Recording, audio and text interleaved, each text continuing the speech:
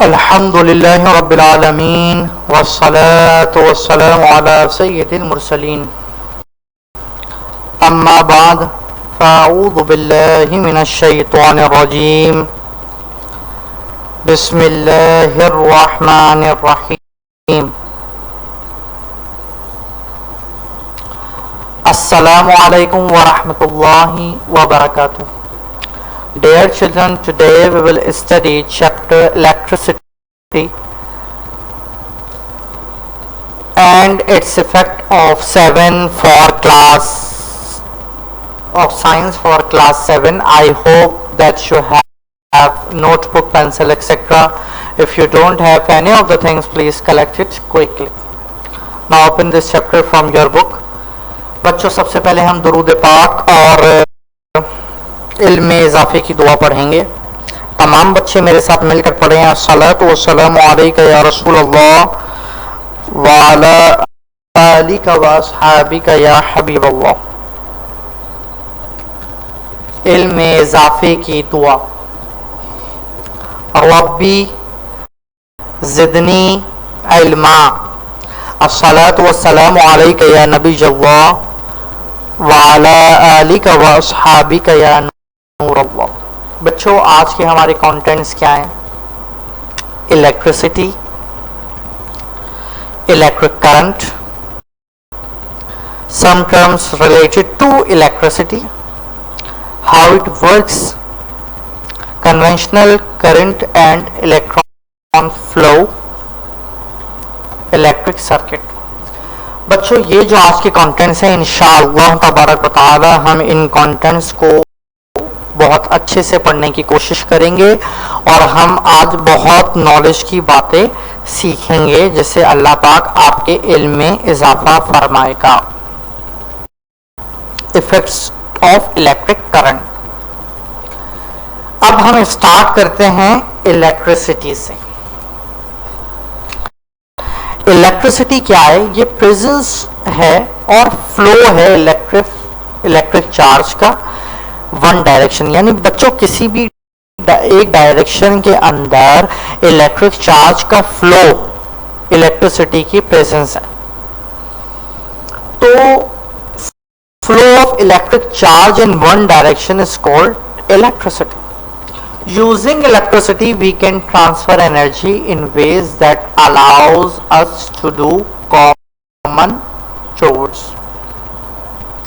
बच्चों, ये इलेक्ट्रिसिटी जो है ये हमें ट्रांसफर करती है एनर्जी को, जिसमें हम अलाउ कर सकते हैं बहुत सारी कॉमन चीजें।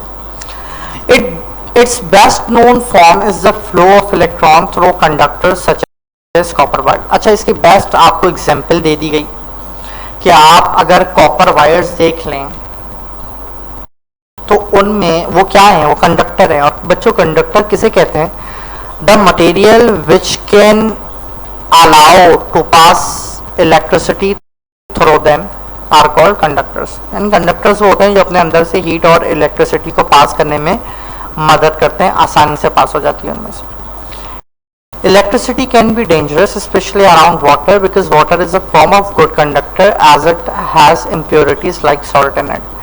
ये कह रहे हैं इलेक्ट्रिसिटी बहुत खतरनाक है, खास तौर पे पानी जो है वो तो गुड कंडक्टर है इलेक्ट्रिसिटी का। तो उसके अंदर इम्प्योरिटीज सॉल्ट वगैरह हो तो वो बात है, लेकिन ये जो गुड कंडक्टर है वाटर, इसमें क्या होता है कि ये इलेक्ट्रिसिटी बहुत तेजी से इसको पकड़ती है। तो वाटर के करीब इलेक्ट्रिसिटी का होना ये खतरनाक होता है। Since the 19th century, electricity has been used in every part of life. आपको पता है कि ये जो 19th century जब से है तो इलेक्ट्रिसिटी का तो बहुत ज़्यादा इस्तेमाल है हमारी ज़िंदगियों में, और हम बिजली के बगैर तो बिल्कुल बेकार हो जाते हैं। बहुत सारे काम ऐसे हैं जो बगैर बिजली के हो ही नहीं सकते। Electricity is one of the most important blessings that science has given to mankind. देखें ना, ये एक वो ब्लेसिंग है, ये अल्लाह पाक की वो करम नवाजी है जो इंसानों के ज़रिए, मेहनत के ज़रिए जो इलेक्ट्रिसिटी हम तक पहुंची है।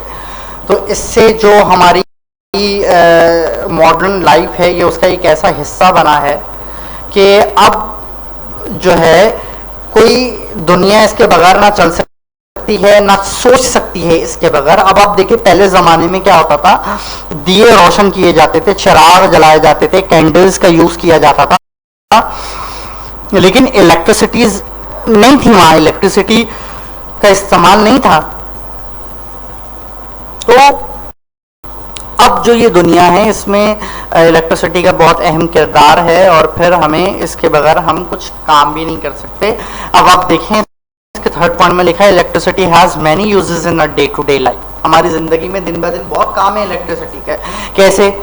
लाइटिंग रूम्स, हमारे कमरों में रोशनी के लिए, वर्किंग फैंस, पंखे चलाने के लिए, डोमेस्टिक अप्लायंसेस, घर के कामकाज के लिए जो अप्लायंसेस यूज़ होती हैं, इलेक्ट्रिक स्टोव है यानी बिजली से चलने वाले जो चूल्हे हैं, एसी हैं, और बहुत सारी चीज़ें, माइक्रोवेव है, हॉट प्लेट है, टोस्टर है, जूसर ब्लेंडर है, बहुत सारी ऐसी चीज़ें हैं जो इलेक्ट्रिक के बगैर नहीं चल सकती। फ्रिज है। All these provide comfort to people. ये सब चीज़ें क्या करती हैं? ये हमें कंफर्ट देती हैं। फैक्ट्रीज में बहुत बड़ी बड़ी मशीनें जो वर्क कर रही हैं, किसके ज़रिए कर रही हैं? किसकी मदद से कर रही हैं? इलेक्ट्रिसिटी की वजह से कर रही हैं। बहुत सारे फूड के आइटम हैं, कपड़े बन रहा है, पेपर बन रहा है, बहुत सारी चीज़ें हैं जो प्रोड्यूस हो रही हैं, बन रही हैं, मैन्युफैक्चर हो रही हैं। किसकी वजह से? इलेक्ट्रिसिटी की प्रोडक्ट की वजह से। तमाम बच्चों को मेरी बात समझ आ रही है? अब हम टर्मिनोलॉजीज पर आ जाते हैं कि हम इलेक्ट्रिक करंट के बारे में पढ़ते हैं। आज मैं आपको ये जो स्लाइड है ये बहुत नॉलेजेबल है। तमाम बच्चे इस पर फोकस करें और इसको समझें और फिर अपनी डेली लाइफ में इसको रिलेट करें और आप देखें आपके इर्द गिर्द जो है ये कौन कौन सी चीज़ें मौजूद हैं। Electric current is defined as the rate of flow of negative charge of the conductor. देखिए इलेक्ट्रिक करंट क्या है? ये अच्छा आपसे कोई भी पूछा व्हाट इज इलेक्ट्रिक करंट तो आप कहेंगे rate of flow of negative charge या rate of flow of electrons. आपको पता है कि एटम में 3 सब एटॉमिक पार्टिकल्स होते हैं, इलेक्ट्रॉन, प्रोटॉन और neutron.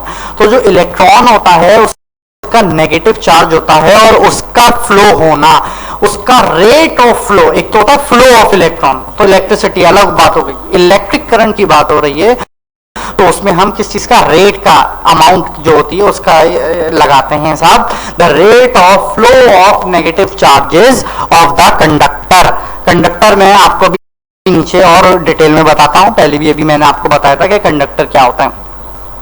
In other words the continuous flow of electron in an electric circuit is called an electric current. अगर इलेक्ट्रिक सर्किट है और उसके अंदर कंटिन्यू फ्लो हो जा रहा है इलेक्ट्रॉन का यानी नेगेटिव चार्ज का, तो हम उसको इलेक्ट्रिक करंट कहते हैं।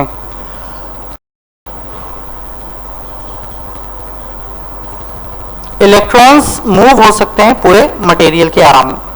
Protons never move around a solid object because they are so heavy. तो ये किसी ऑब्जेक्ट के अराउंड जो है वो घूम नहीं सकते क्योंकि ये भारी वेट वाले होते हैं, हैवी होते हैं।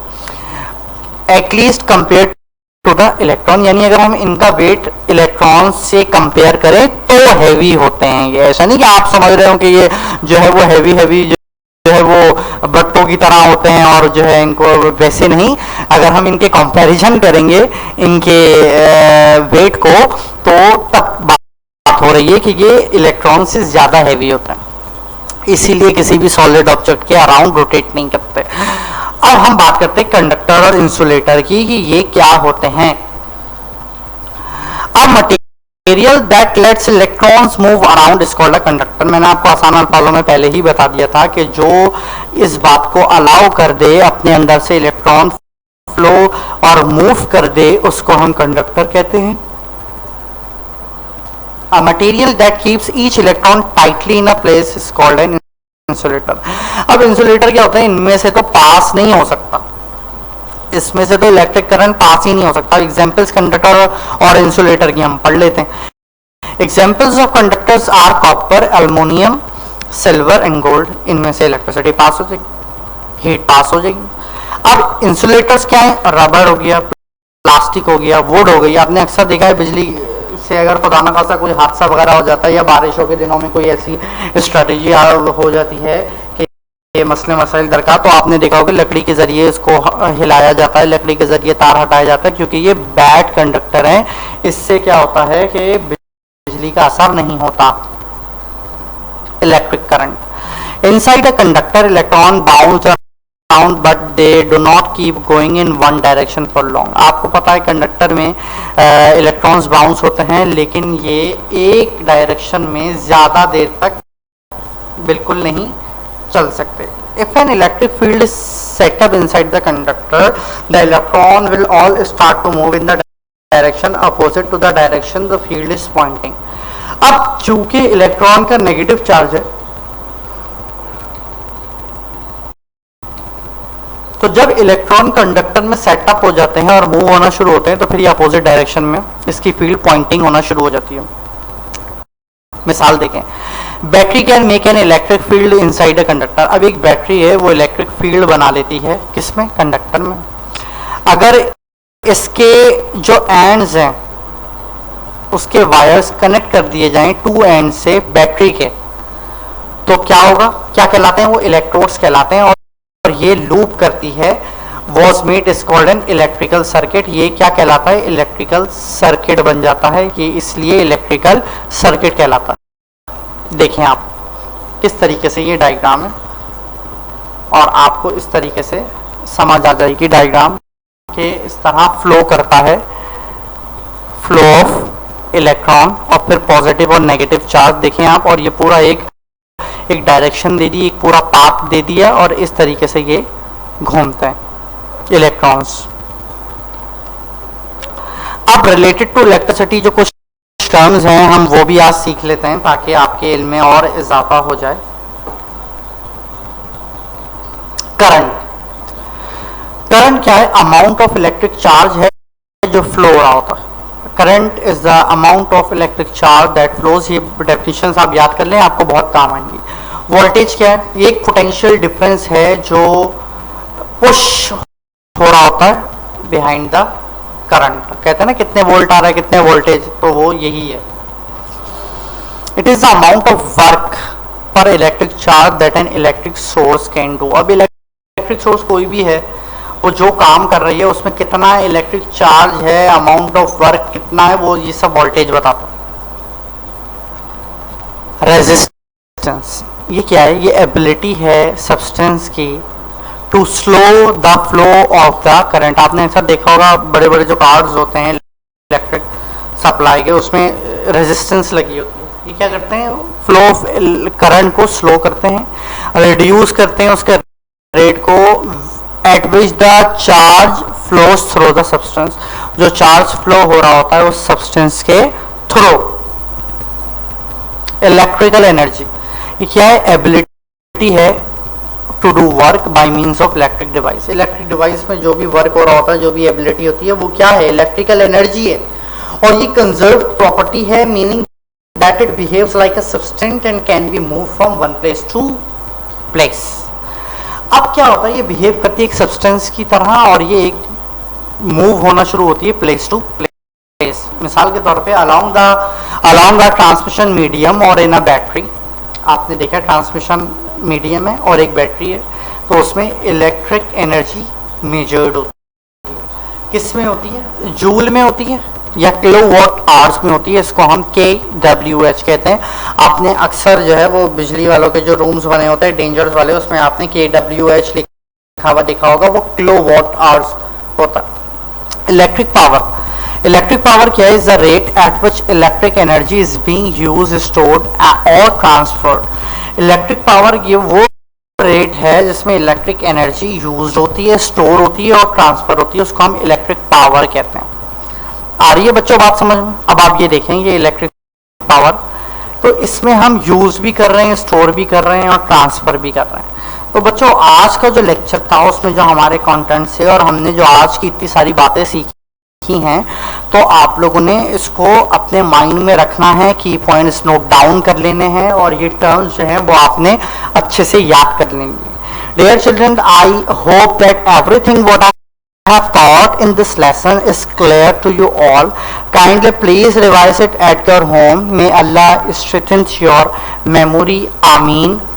Jazakallahu khairan.